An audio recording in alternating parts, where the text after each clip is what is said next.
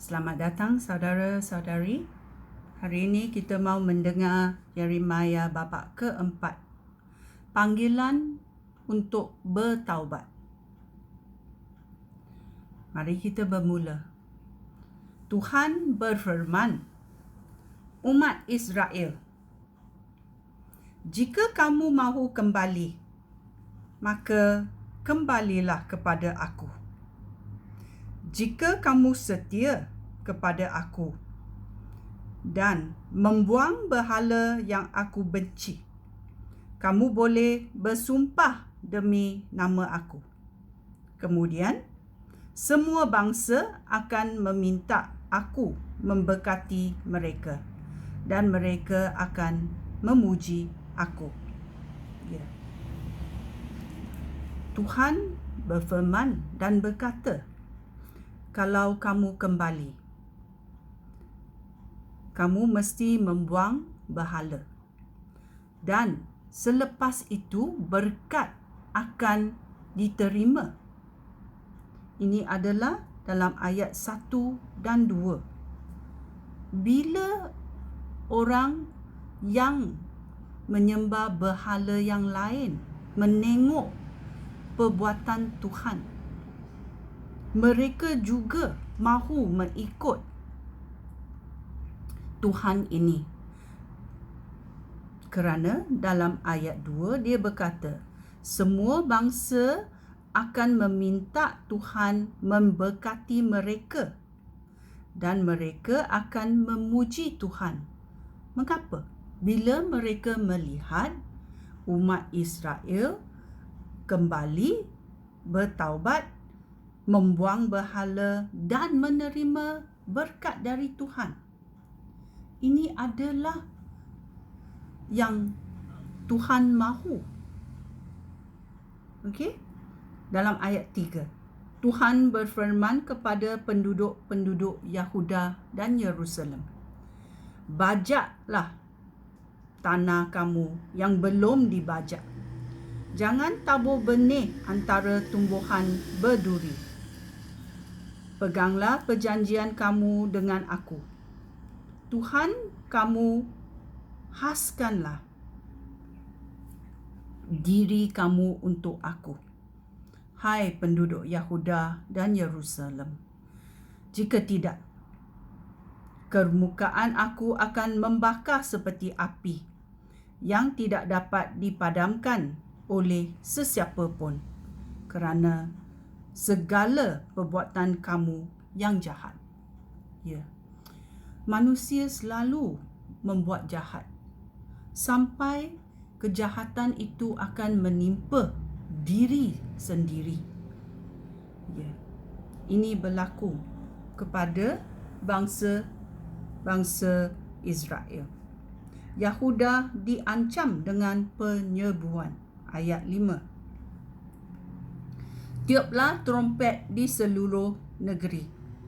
Berserulah dengan lantang dan jelas. Suruhlah penduduk Yahuda dan Yerusalem lari ke kota berkubu. Tunjukkanlah jalan ke Sion. Cepatlah menyelamatkan diri. Jangan berlengah-lengah. Tuhan sedang mendatangkan malapetaka dan kehancuran besar dari utara. Seperti singa keluar dari persembunyiannya, begitulah pemusnah bangsa-bangsa telah berangkat. Dia datang untuk membinasakan Yahuda. Kota-kota Yahuda akan menjadi keruntuhan dan tidak akan didiami orang. Oleh itu, menangislah dan menerataplah. Pakailah kain guni tanda berduka kerana kemukaan Tuhan yang menyala-nyala belum reda terhadap Yahuda. Tuhan berfirman, pada hari itu raja-raja dan para pengawai akan patah semangat. Imam-imam akan terperanjat dan nabi-nabi terkejut. Kemudian aku berkata, "Ya, Tuhan. Ya, Tuhan, Raja, Engkau betul-betul telah menipu penduduk Yerusalem. Engkau berfirman bahawa akan ada kedamaian, tetapi sekarang nyawa mereka terancam. Masanya akan tiba apabila penduduk Yerusalem diberitahu bahawa angin panas dari gurun sedang bertiup ke arah mereka. Angin itu bukan angin yang hanya menebangkan sekam, melainkan angin kuat yang mendatangkan atas perintah Tuhan. Tuhan sendirilah yang menjatuhkan hukuman terhadap umatnya." Yahuda dikepung musuh. Ayat 13. Lihatlah, musuh muncul seperti awan. Kereta kudanya seperti puting beliung, dan kudanya lebih pantas daripada burung helang. Kita ditimpa malang, kita binasa.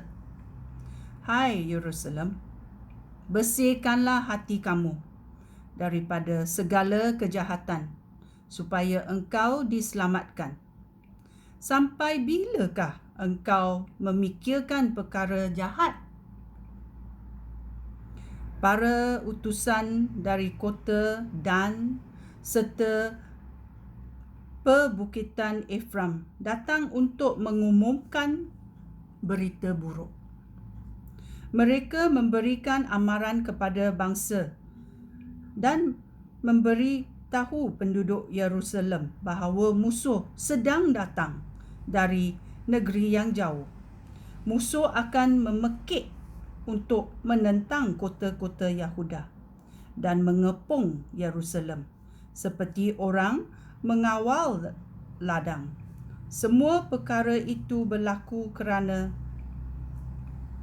penduduk Yahuda telah memberontak terhadap Tuhan. Tuhan telah berfirman, "Hai Yahuda, engkau sendiri telah mendatangkan bencana itu kepada diri kamu sendiri. Cara hidup dan perbuatan kamu yang berdosa telah menyebabkan semua penderitaan itu dan menusuk hati kamu." Yeremia sedih memikir umat Allah. Ayat 19. "Alangkah pedihnya hati aku. Aku tidak tahan lagi menderita. Hati aku berdebar-debar. Aku tidak dapat bertenang. Oleh sebab aku mendengar bunyi trompet dan pekik peperangan. Bencana demi bencana menimpa seluruh negeri, hancur musnah. Tiba-tiba kemah kami dirosakkan, kain-kainnya dikoyakkan. Sampai bilakah aku harus menyaksikan kesengitan peperangan dan mendengar bunyi trompet yang memekakkan?" Tuhan berfirman, "Umat aku bodoh. Umat aku bodoh. Mereka tidak mengenal aku. Mereka seperti anak-anak bodoh. Mereka tidak mempunyai pengertian. Mereka mahir melakukan kejahatan, tetapi gagal melakukan kebaikan." Penglihatan Yeremia tentang bencana yang akan datang. Ayat 23. "Aku memandang bumi, nampaknya kosong dan gesang. Aku menengadah ke langit, tidak ada yang terang.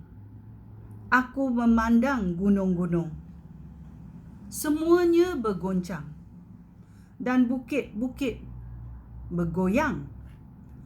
aku tidak nampak manusia. Burung pun sudah terbang semua. Tanah subur sudah menjadi gurun. Kota-kotanya tinggal keruntuhan.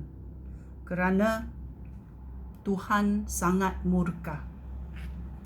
Tuhan berfirman bahawa seluruh bumi akan menjadi gurun. Tetapi Dia tidak akan memusnahkannya sama sekali. Ayat 28. Bumi akan meratap. Langit akan menjadi gelap. Tuhan telah berfirman. Dan tidak akan mengubah rancangannya. Dia telah mengambil keputusan dan tidak akan mengubah pendiriannya. Hiruk pikuk pasukan berkuda dan pemanah menyebabkan orang melarikan diri dari semua kota. Setengah orang lari ke hutan, yang lain memanjat bukit batu. Semua kota akan ditinggalkan. Tiada seorang yang mahu tinggal di situ. Hai Yerusalem, engkau ditimpa bencana. Mengapa engkau memakai baju merah? Mengapa engkau menghiaskan diri dengan barang kemas, serta menyolek mata dengan celak? Sia-sialah engkau mencantikkan diri kamu. Semua bekas kekasih kamu menghinakan engkau. Malah mereka mahu mencabut nyawa kamu. Aku mendengar suara rintihan, seperti wanita sedang bersalin, seperti teriakan wanita yang melahirkan anak pertama. Begitulah tangisan Yerusalem yang terengah-engah, serta menghulurkan tangan dan berkata, malanglah aku, mereka datang membunuh aku. Ini akibat kerana bangsa Israel telah membuat dosa. Ya. Itulah Tuhan panggil kita bertaubat supaya kita boleh kembali, kita membuang berhala dan berkat akan diperolehi daripada Tuhan. Maukah kamu lakukan begitu? Sekian, terima kasih. Shalom.